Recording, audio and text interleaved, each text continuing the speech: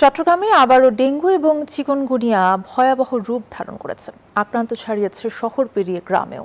এদিকে civil surgeon জানান, ঝুঁকির সীমার চেয়ে ৩ গুণ বেশি এডিস লার্ভা শীর্ষে চট্টগ্রাম সিটি কর্পোরেশনের ৮টি ওয়ার্ড।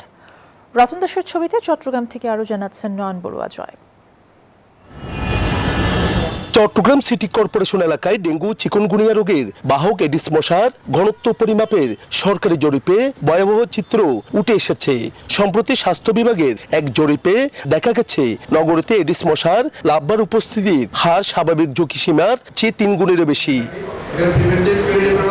বর্ষার শুরুতে মশার এই উদ্বেগজনক বংশবৃদ্ধি নগর জুড়ে ডেঙ্গু মহামারীর আশঙ্কা তৈরি হয়েছে বলে জানান সিভিল সার্জন। এদিকে চসিকের ৮টি ওয়ার্ডকে এডিস মশার অতি ঝুঁকিপূর্ণ এলাকা বা রেড জোন হিসেবে চিহ্নিত করেছে স্বাস্থ্য বিভাগ।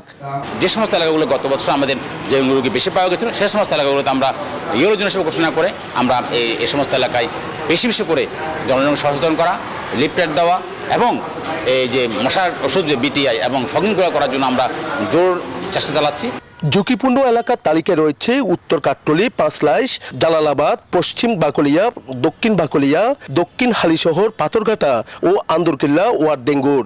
এদিকে চট্টগ্রাম মেডিকেলে দিন দিন বাড়ছে ডেঙ্গু আক্রান্ত রোগীর সংখ্যা।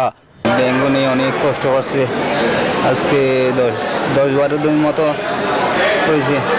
এখানে আসে ভর্তি হয়েছে আমি 20 তারিখে রানিং মাসে। আজকে 7 এখন একটু মোটামুটি সুস্থ। সিটি মেয়র বলছেন, নগরীর 41টি ওয়ার্ডে সচেতনতামূলক কর্মসূচির পাশাপাশি মশক নিধন কার্যক্রমও চলছে। আমাদের ম্যাজিস্ট্রেটরা তারা অন ডিউটিতে থাকবে।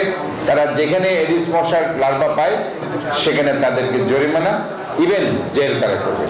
চলতি বছরের জানুয়ারি থেকে এই পর্যন্ত জেলায় ডেঙ্গুতে আক্রান্ত হয়েছে 261 জন। তাদের মধ্যে একজনের মৃত্যু হয়েছে। নয়ন বড়ুয়া জয়, নিউজ 24, চট্টগ্রাম।